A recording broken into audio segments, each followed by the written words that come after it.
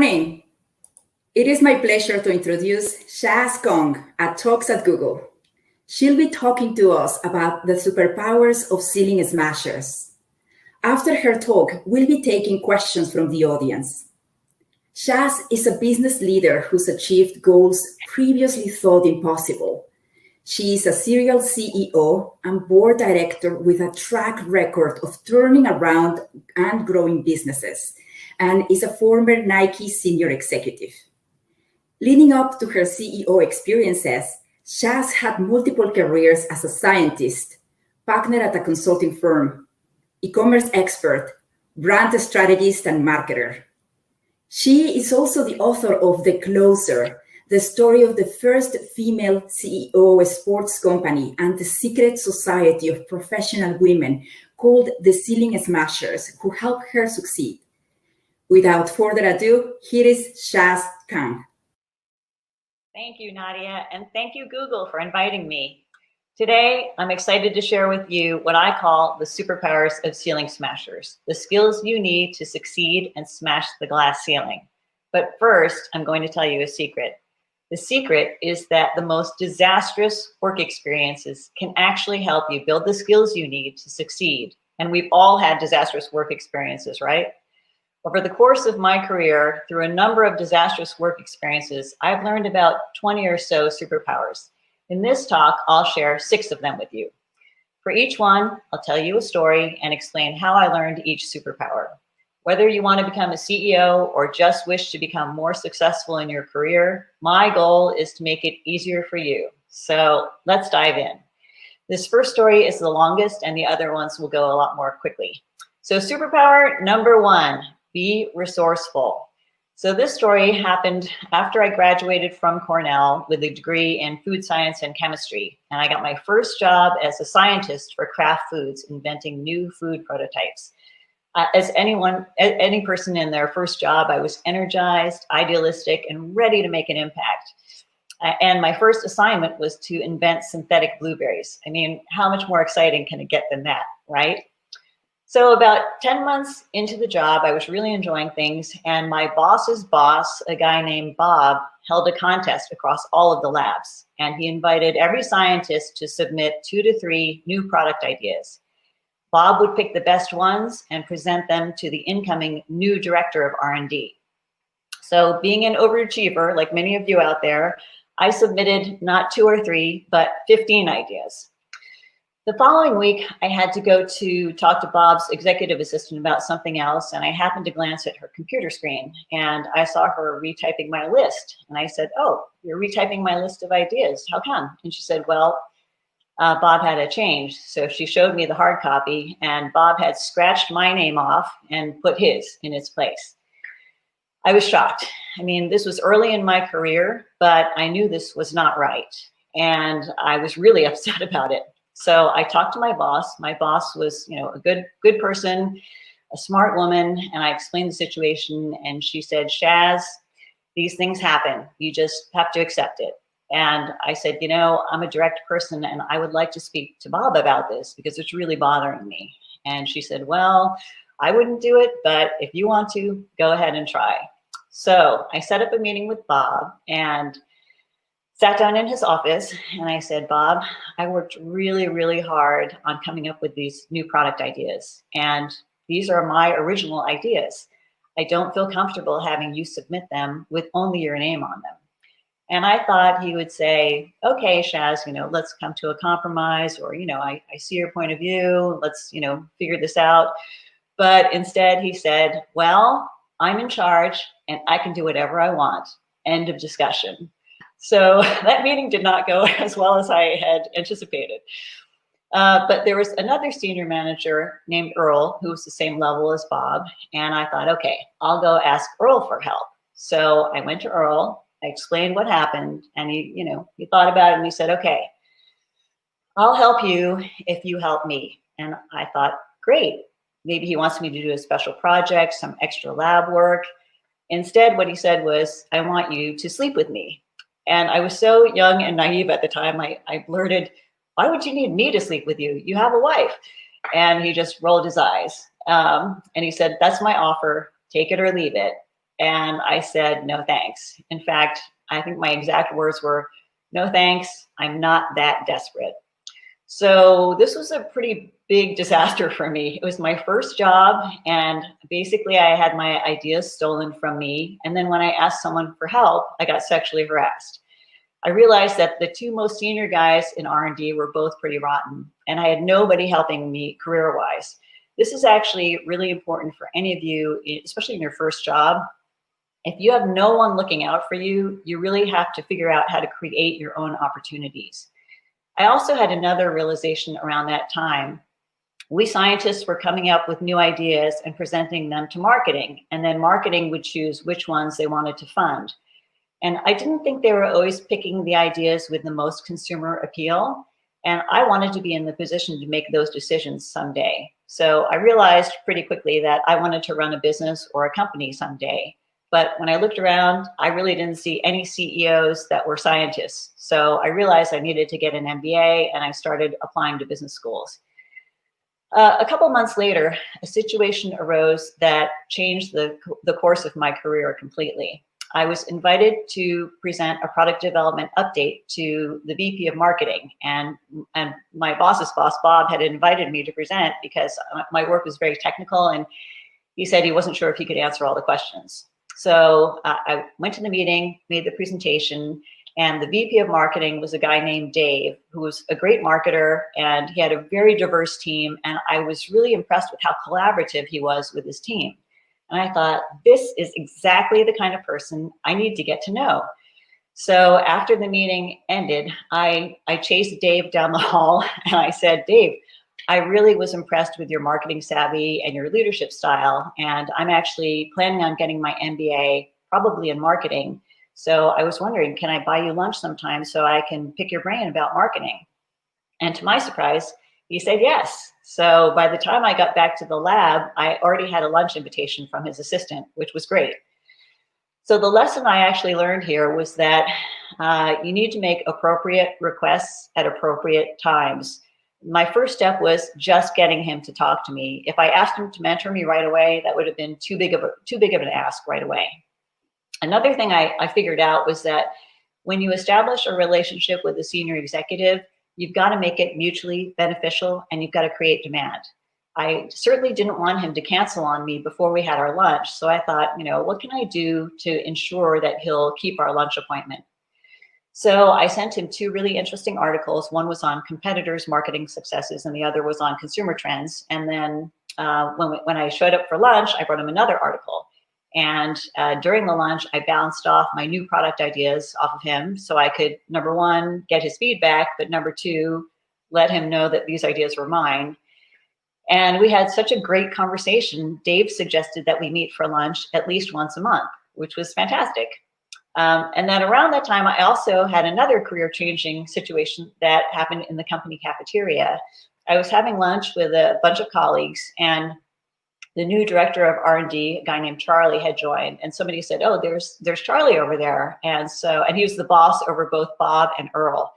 So I said, I'm going to go say hi. So I went over, introduced myself, welcomed him to the company, and I invited him to stop by my lab sometime. I said, I can show you what I'm working on. And the great thing was, Charlie took me up on the offer, and he ended up coming by the lab every Friday afternoon, and we discussed what I was working on. And the thing that was even greater was that around Friday afternoon, a lot of people would take off early for the weekend. So I was usually the only one left in the lab. So I had a lot of one-on-one time to brainstorm on different scientific techniques with Charlie. So while there was no formal mentoring program, I ended up having two mentors, Dave, the VP of marketing, and Charlie, the director of R&D. I happened to notice around that time a problem with the sample procurement process across all the labs. And then I came up with an idea to fix it. So over one of our lunches, I mentioned it to Dave, and he said, "That's a great idea. You should lead this effort." And I said, "No way. Bob would never allow me to do this." And Dave said, "No, you should do it. You really should." He said, "Don't worry, I'll clear the path for you." So when I got back to the lab, I don't know what Dave did, but Bob came over and congratulated me on the special assignment, and he even offered to help me. And Dave had also connected me with the head of procurement to work with me on it. So my teammate and I worked on this, and we came up with a solution that we thought was really workable. And we presented it to Charlie, who said, this is terrific, but in order to move this ahead, you need to get the support of the VP of R&D, a guy named Rick. As I was learning, it was a big company, many, many layers to get through. But Charlie said, the only problem is that Rick's calendar is booked months and months out. He's like, you're never going to get a slot on his calendar. And we thought, well, we really want to show him this information. How can we get in front of him? So I happened to talk to Rick's assistant, and I found out that Rick worked out in the company gym every morning at 5:30 a.m. alone.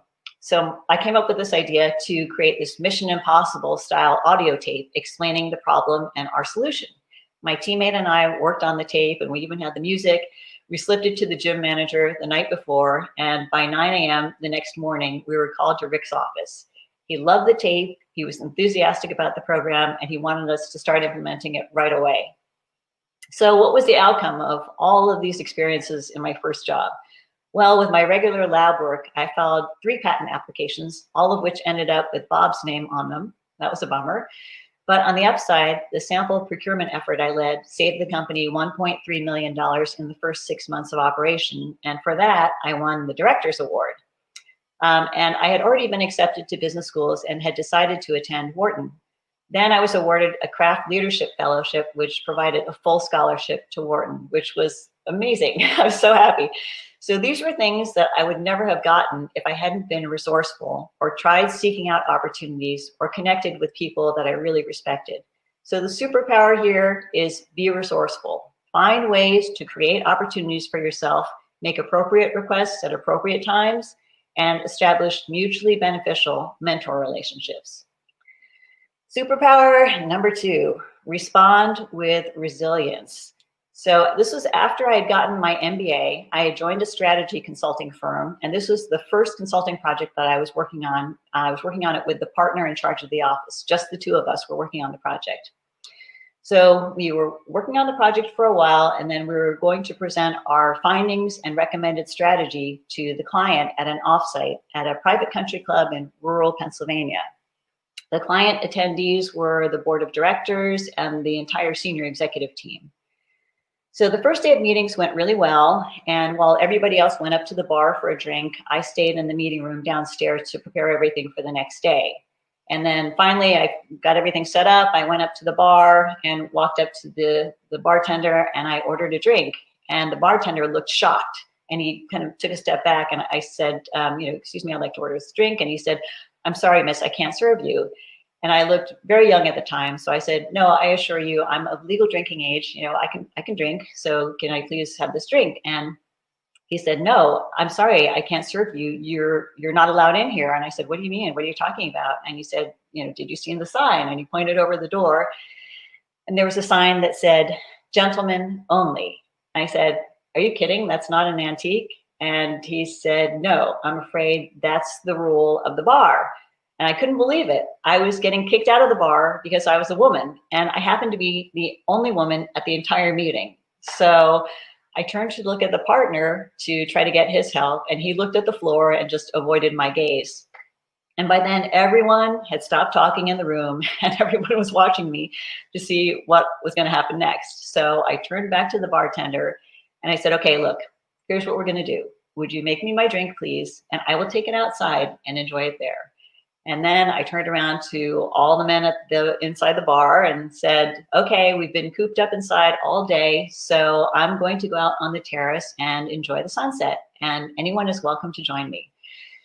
So I got my drink, walked down the hall, and went out on the terrace. And I was so upset about this whole thing. And I was also alone for a while. But I just thought, okay, you've got to just relax and get recentered. So I took a few deep breaths, and then I started looking around, and there was just, beautiful rolling green hills and a magenta sunset. And I just started to relax and said, let me just enjoy this moment of peace. A little while later, I heard a voice behind me, and this voice said, is this a private sunset, or may I join you? And I turned around, it was the client CEO. I said, this is an equal opportunity sunset, pull up a chair. And I was so thankful to the CEO for coming out and joining me. And I thought that just spoke volumes about this person's leadership. I really respected that. And he said, I like how you handled yourself back there. And I said, thank you, but you've got to do something about that rule. Can you please get them to change it? And he said he would work on it, and he apologized.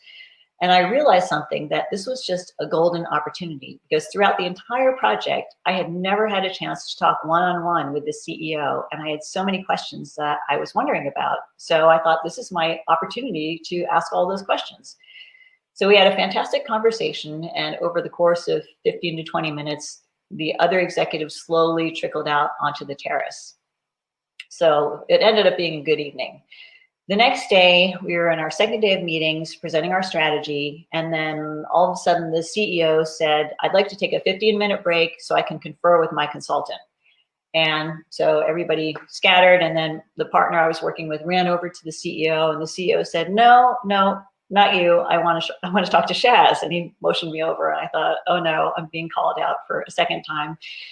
And he said, we had a really great conversation last night about the changes I'm trying to make in my organization, and the culture that I'm trying to instill in the organization.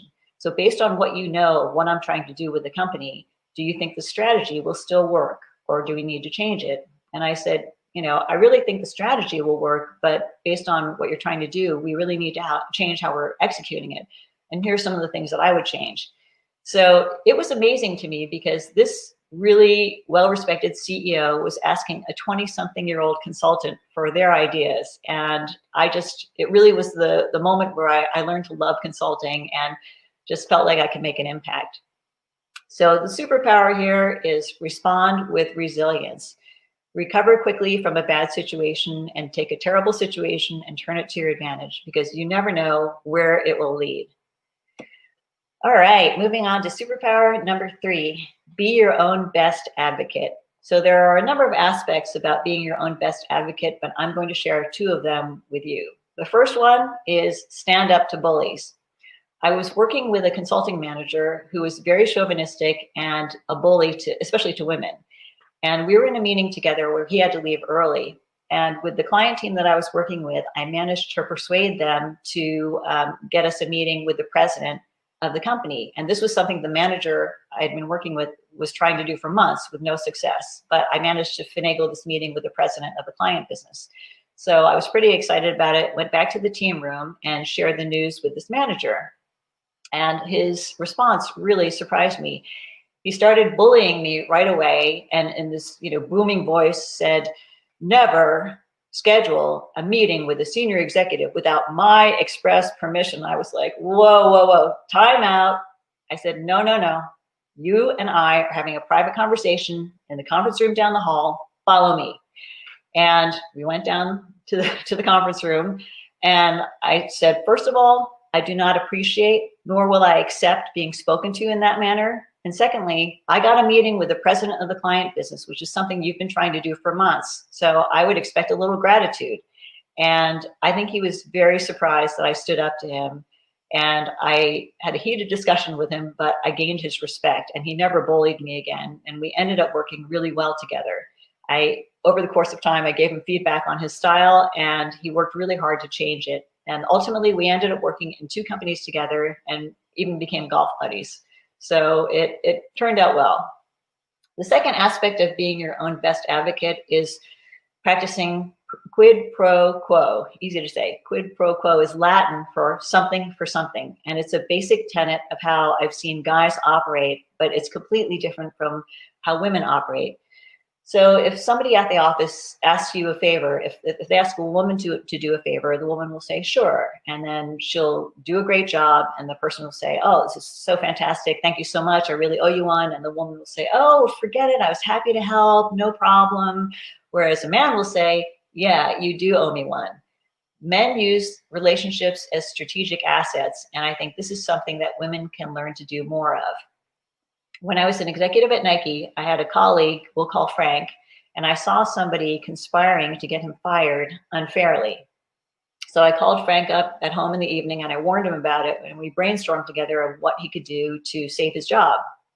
So by the next morning, he had gotten ahead of the situation.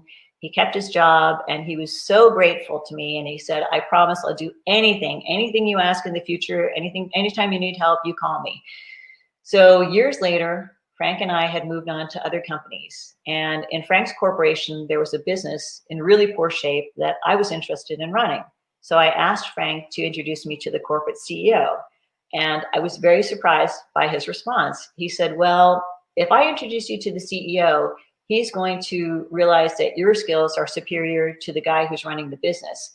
And he'll hire you and he'll fire the guy that's running the business. And he said, so that's a problem. I said, why is that a problem? He said, well, because the guy running the business is my friend, and I feel bad if he got fired. So no, I'm not going to introduce you. And I didn't like his response, but I accepted it. What a blockhead I was. I didn't advocate for myself. I didn't call in the favor that Frank owed me. And as a result, I missed out on an opportunity to run a business that I was really excited about. A few months later, the guy running the business was still struggling and was replaced anyway by a more qualified woman who ended up doing a terrific job. So the superpower here is be your own best advocate. Number one, stand up to bullies. You only need to do this once to set the tone. And two, practice quid pro quo. Don't forget to call in favors that are owed to you. Superpower number 4, find your fit. This one was a harder lesson, but there's a fallacy that if a woman performs well, she's guaranteed career success. And from my own disastrous work experience, I know that's not always true. When I was a manager at a consulting firm, I had just sold the biggest project in the firm's history to a client in Atlanta. The president of my firm called me in for a chat, and I thought, oh, this is exciting. He wants to congratulate me. So I went in to see the president of my firm, and he said, congratulations on selling the biggest project in the history of our firm. This is so exciting. And I was like, yes, thank you. And then he dropped a bombshell. He said, we need to make a change. The client CFO wants to replace you with a new leader, or he won't sign the project, the project contract. And I was really confused. I said, but my team and I delivered the first project ahead of schedule, under budget, with 3 times the revenue benefits we predicted. And I assumed they were happy with the project and me, or they wouldn't have bought more work. So what's the problem? What was the problem? My race and my gender. I was shocked to learn that the client wanted to replace me with a white male manager. It's really a disaster to hear, you did a great job, you had an amazing outcome, but you're expendable because you're a woman of color. So I asked the president, okay, this client made an unreasonable request. What are you going to do? And the president said, well, what can I do? It's too much money to walk away from. And he said, I really have no choice. And I said, you do have a choice. You could do the right thing. And he said, well, this is what we're going to do. And I said, I'm really disappointed in your decision. And by the way, you have a daughter, don't you? So over the dinner table tonight, I would like for you to tell your daughter about the situation and tell her about your decision and see what she thinks about it. So in the end, I was replaced with a white male manager. And after a couple of months, he was really struggling. So my firm asked me to lead from behind, which meant I had to dial in early to client conference calls, remain silent, listen to the call, and then afterwards help the manager solve all the problems that came up on the calls. Eventually, the client CEO called me to apologize, and he asked me to come back and lead the project, but I was already headed off to Asia to work on something else. And anyway, I really didn't want to go back to that client. Throughout all this, I became smarter about how things worked at my firm, and I was up for partner promotion. And my firm told me, we have to delay your promotion by 6 to 9 months. I said, why do you have to delay it? And they said, well, if we promote you sooner than that, then you will have the shortest tenure ever to make partner. And I said, well, I've earned it. I've been consistently the top seller in the firm, and I've won multiple client awards for quality of work. So I said, look, I'll give you 3 months to promote me. And if I leave, you'll lose all the revenue I bring in. And knowing that they'd made previous decisions based on money, I knew I was speaking their language. And I also had 2 really great mentors helping me, and they helped me work the political system. So 3 months later, I became the youngest and the first female minority partner in the firm's 70-year history. But I never forgot the experience of being replaced because of my race and gender. I knew the values of my firm were not aligned with mine. There's a great book I just want to mention called True North by Bill George, and it gives examples of extremely successful people, but it shows how they weren't successful until they were able to join a company where the company's values were aligned with theirs.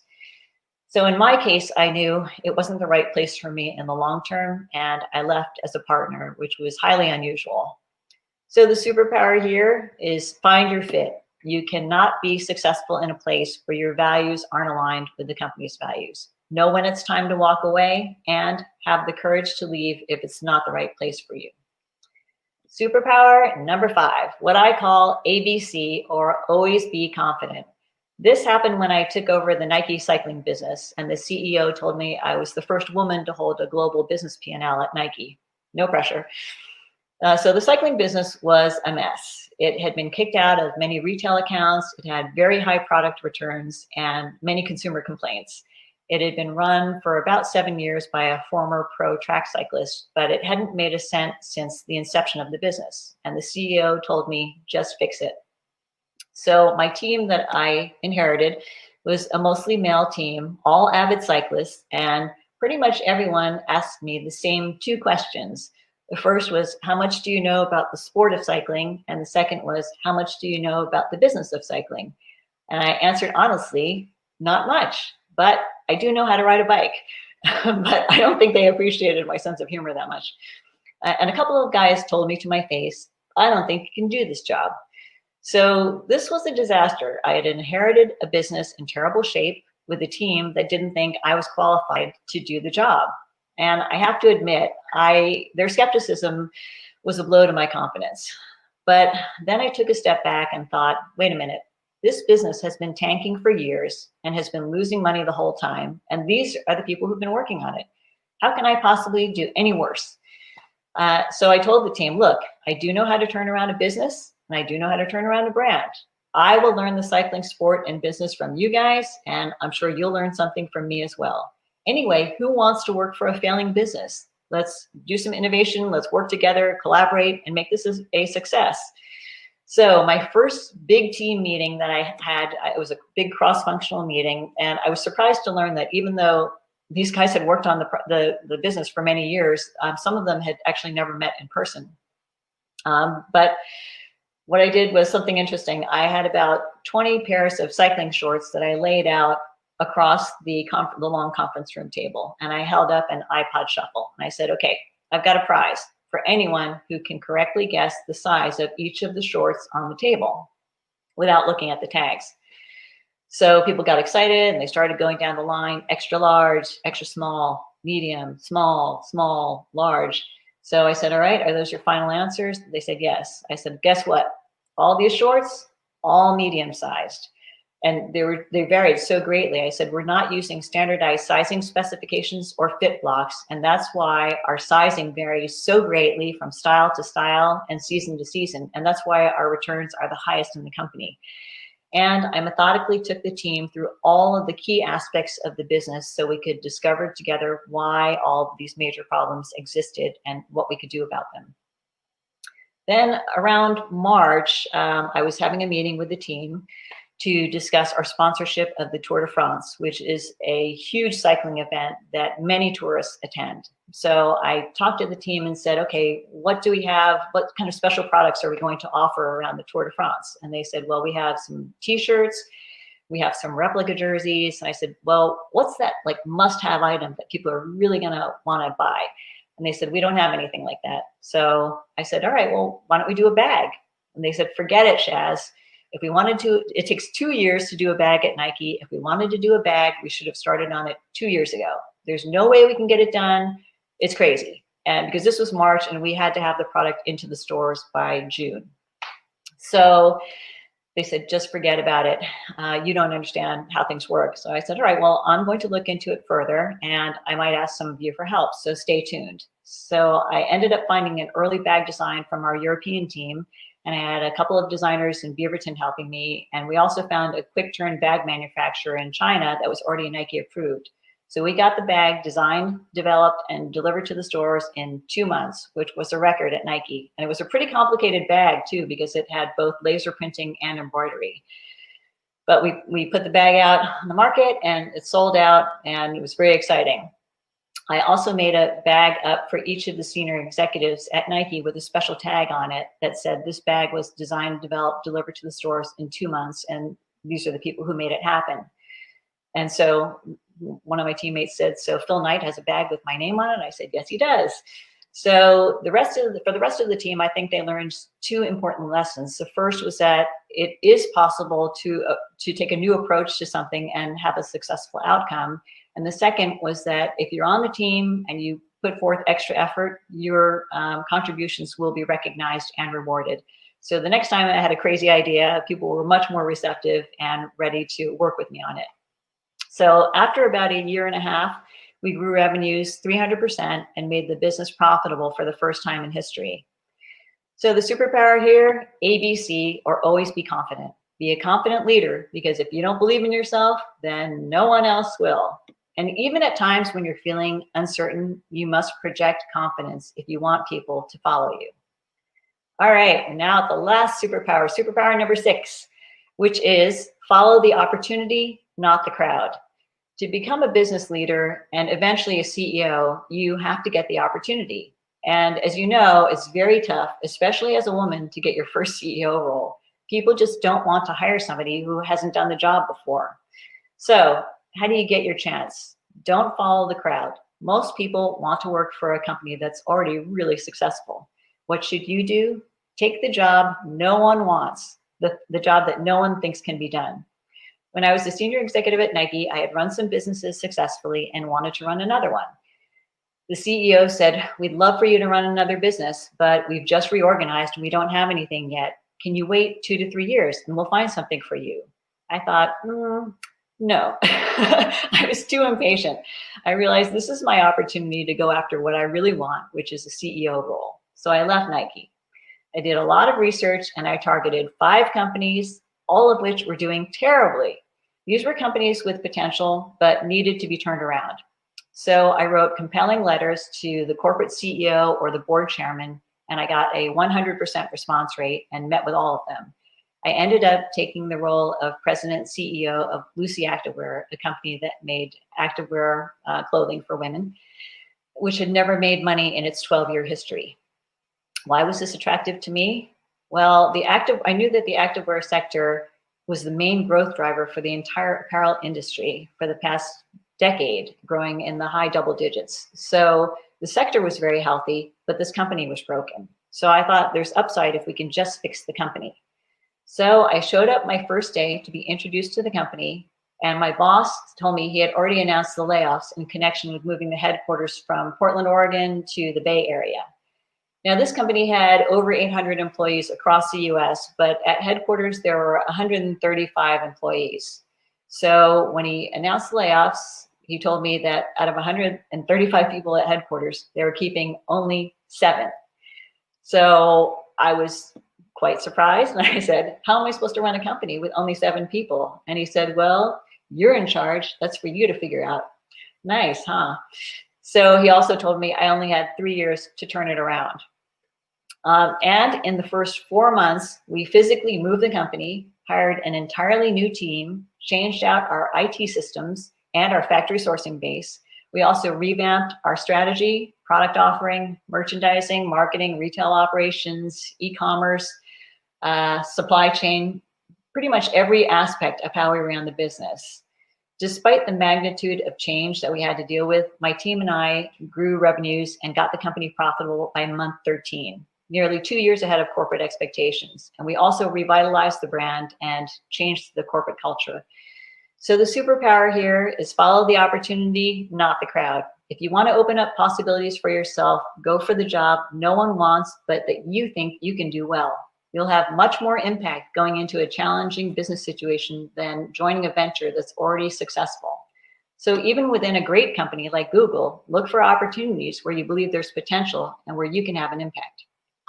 So to wrap up, let's sum up the superpowers that I've shared with you. Number 1, be resourceful. Number 2, respond with resilience. 3, be your own best advocate. 4, find your fit. 5, ABC, or always be confident. And 6, follow the opportunity, not the crowd. Learning from my disastrous work experiences, I hope you now have some additional skills to help you succeed and reach the C-suite. Please use these superpowers, and most importantly, share them with others. And remember, success isn't just about skill, it's also about will. Whenever you encounter adversity or someone is holding you back from achieving your goals, do not let it stop you, ever. Thank you. Now, Nadia, I'm happy to answer any questions we have. Great, excellent. Shaz, hearing about all your challenges and how you overcame them has been incredibly helpful. I have a couple of questions, and then we'll take questions from Googler. There are many. First, I wanted to say that I really loved reading your book, The Closer, and I found it so refreshing to read about positive portrayals of senior professional women. I particularly loved when The Closer says, don't let your successes go to your head, and don't let your failures get to your heart. What made you want to write this book, and what is your second book about, and when is it coming out? Well, the reason why I wrote The Closer was because whenever I read a fiction book where it had a female business leader as a character, she was always portrayed in a negative light and always portrayed as, trying to quash the careers of other women. And I know so many amazing, inspirational, positive female leaders. And I thought nobody is writing about them or for them. So I wanted to provide a fresh take on women in business. And that's why I wrote the book. I just wanted to fill a void in the literary marketplace. So the second book is actually about, it's called Smashers Synced, and it will be published in probably mid-January 2021, and it'll be available on Amazon and Audible. And it's about the other founders of the Ceiling Smashers Society and what's going on with them as Vivian Lee, the character in the first book, is going through her journey. And then I'm going to write a third book that brings everything together. Great, thank you. Second question. I know you've recently relocated from the Bay Area back to the East Coast. What are you looking to do next? Well, I'm really looking at board director opportunities and some advisor roles. So I'd like to find maybe 2 to 3 board director opportunities for consumer-oriented businesses. So I'm excited to see what's out there. Great. So let's open up for questions from Googlers. We have many. The first one is from Ora Castillo Daza. Great tip about standing up to bullies. It is sad, but sometimes the bullies are women leaders. Have you encountered those, and how do you stand up to them? With bullies, sometimes you got to let them, kind of run their own course, but, obviously sometimes you also have to stand up to them. But I think, the best thing is trying to be gracious and trying to show that you want to collaborate with them. And I think if they see you're not a threat and you want to help them, you can advance the relationship. Thank you. Another question from Nakia Sheni. There are many times in your stories that I would have reacted or quit the job. How do you distinguish between when to be resilient and stick it out and when to seek different opportunities? Well, I think part of it was, I think you have to look at sunk costs. And with the consulting firm that I was with, I knew I was pretty close to making partner. And even though they had replaced me with a white male manager, I was, furious about it. But I thought, I have worked so hard and contributed so much. I am not leaving here without the thing that I want the most, which is, the partner title. So in that case, I was like, yeah, I need to stick it out until I get this, and then I can do whatever I want. I did have a one work situation where I was only with the company for 2 months, and I went in to work with the CEO and found out that he was doing some very unethical things. And he was also really abusive to the people in the company. And I went into him and I said, I cannot work here another day. I'm not comfortable with the way you're running the business, and I can't stay here. And he said, do you have another job lined up? And I said, no, but it's so bad. I am not willing to stay another day. And I actually had just sold a project to a client, and the client said, we're not going to buy the work unless you have Shaz running it. So the CEO called me and he said, can you come back to the firm? I said, here's what I'll do. I'll do the project and I'll lead the team, but I don't want to have any contact with you. And, that's how it's going to work, or, you can lose the business. So I did that project, and then I didn't have anything else to do with him. So I think you have to use your own intuition and your own gut and figure out, is this something I can stick out? Is there a goal that I'm trying to work towards? If not, if it's just an untenable situation, it's better to get out of there fast. Thank you. Another question from Julie Barriere. I've seen women who stand up for themselves or try to impact change in their org labeled high maintenance or drama queens from male leadership. How can we change the narrative to be positive? Yeah, I think women can help other women accomplish this, and actually men can help other women accomplish this. I have been in meetings where, I've been the only woman and guys were talking negatively about another woman. And I said, wait a minute, I think she was actually trying to accomplish this goal. And I think that's something that's really admirable. So why are we talking about this in a negative way? I mean, when we see this kind of behavior, it's up to anyone to try to course correct and move it in the right direction. And, I think one of the characteristics of being a CEO is that you kind of, buck the trend, and you don't always follow, along peacefully. And I think that's okay, but I think you also have to be selective about the things that you're trying to fight for. And I think, if you do it in a positive way that shows there's an upside for the business, then, ultimately it should be received in a more positive way. Great. Another question from Priscilla Munoz. Can you talk more about resiliency? Specifically, how do you not let failures overshadow your accomplishments and or negative feedback undermine your confidence? Yeah, it's something that I think you just really, when you encounter these situations, it just takes practice to develop this skill. But I do think, after I had that situation, with getting kicked out of the bar and everything. And then I had the next project I was on, and I was doing a big presentation, and I told the partner, I said, I'm really nervous. I didn't have such a great experience in my first project, and I'm nervous about making this presentation to all of these client executives and, what's going to happen. And this guy was such a huge help. He said, look, you have done, an incredible amount of work on this project. He said, this material better than anyone. He said, you know it better than anyone in that room. He said, there's no question they can ask you that you can't answer.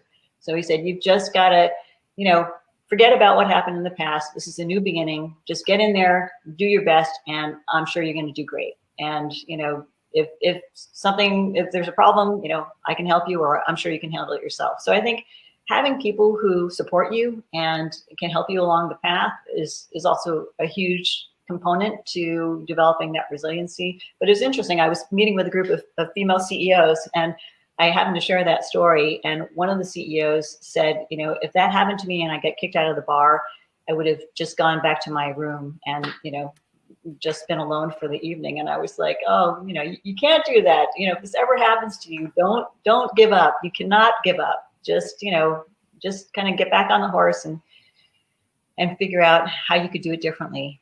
And if you feel like you had an experience where you could have done something differently, think, okay, what will I apply next time? And then take those lessons forward with you.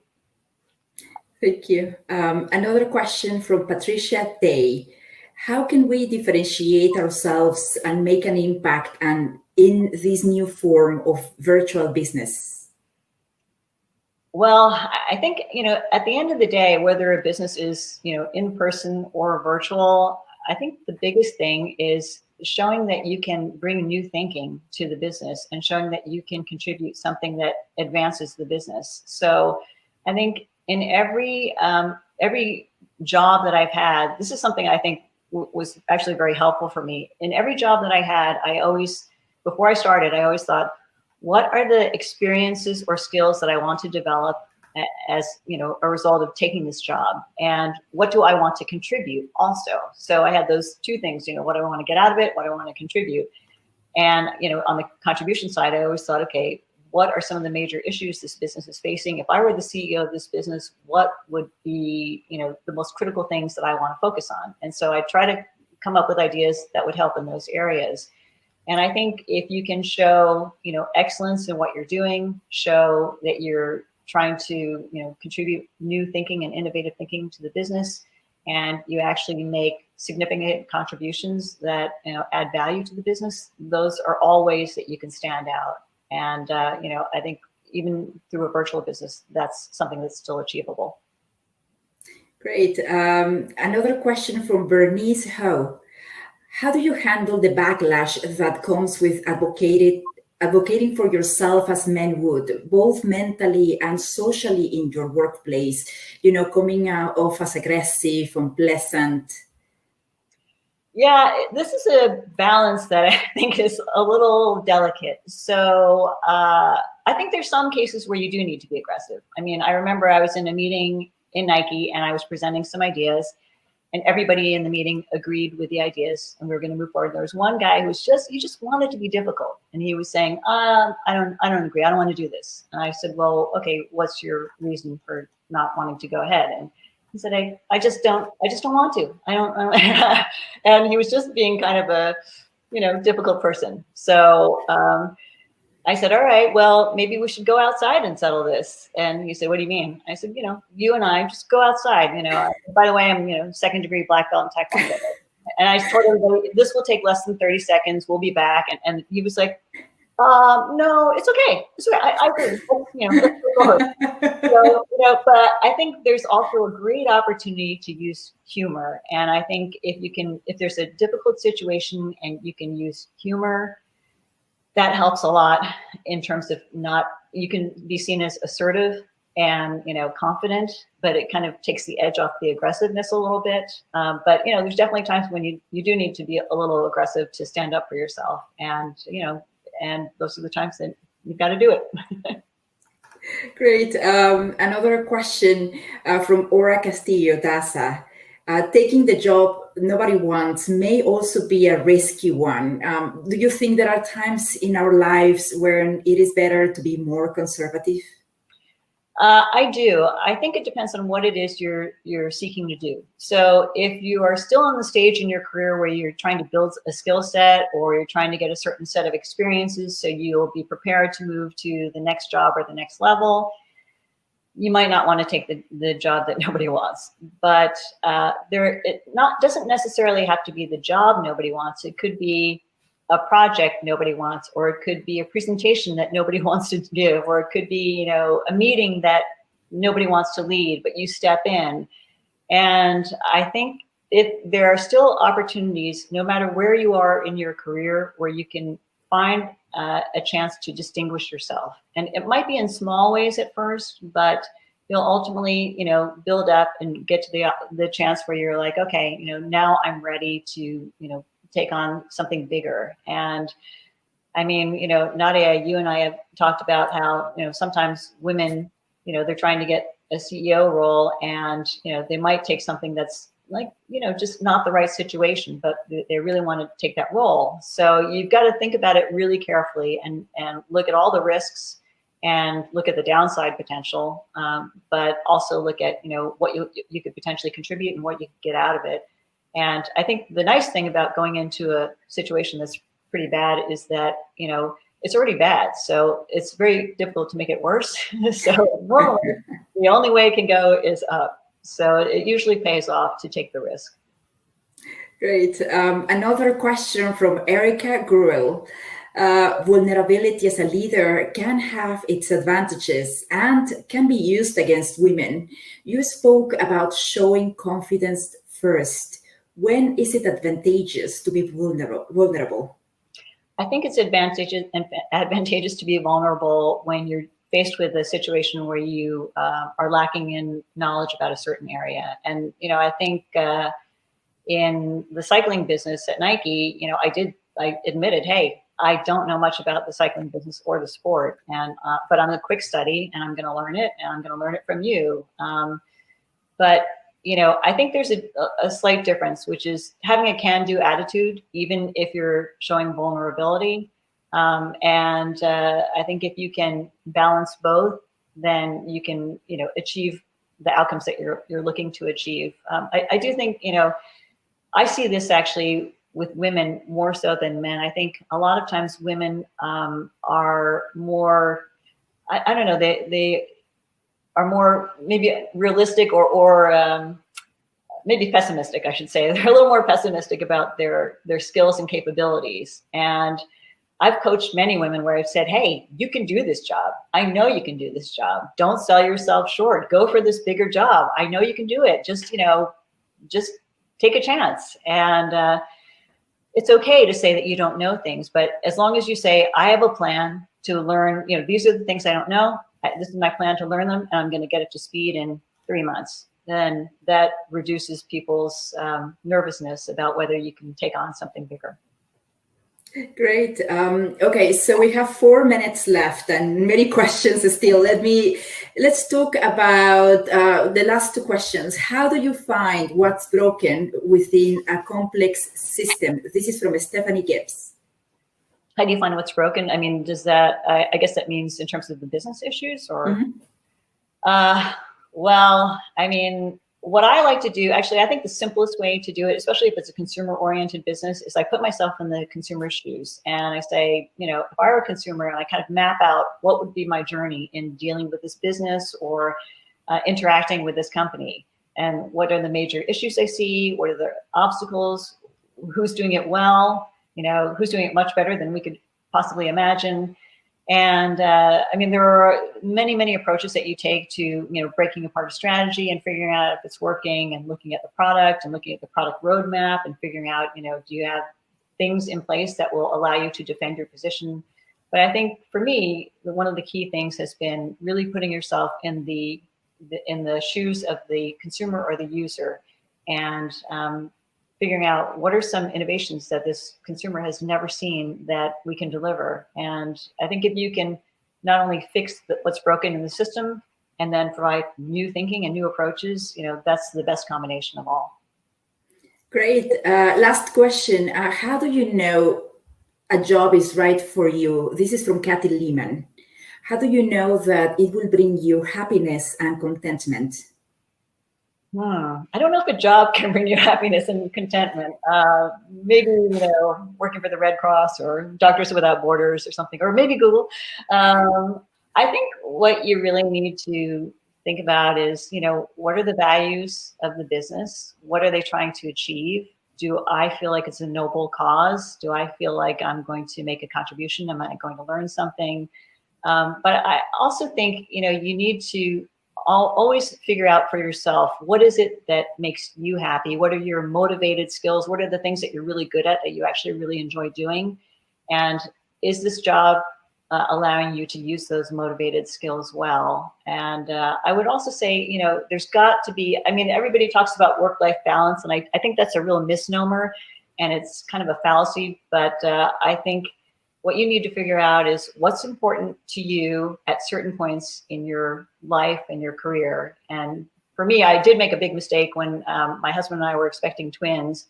I was CEO of Lucy Activewear. I took a 2-week maternity leave and went back to work. And if I had to do it over again, I would not have done that. I mean, that's a time where, you need to have time with your family. And I was so exhausted and frazzled, and I wouldn't recommend anybody to do that. So I think at different points in your life, you have to figure out what's the most important. And then if you're focusing on that, that will make you the happiest, whether it's, community service, friendships, building a new skill outside of work. There's just so many things that can bring you contentment and joy.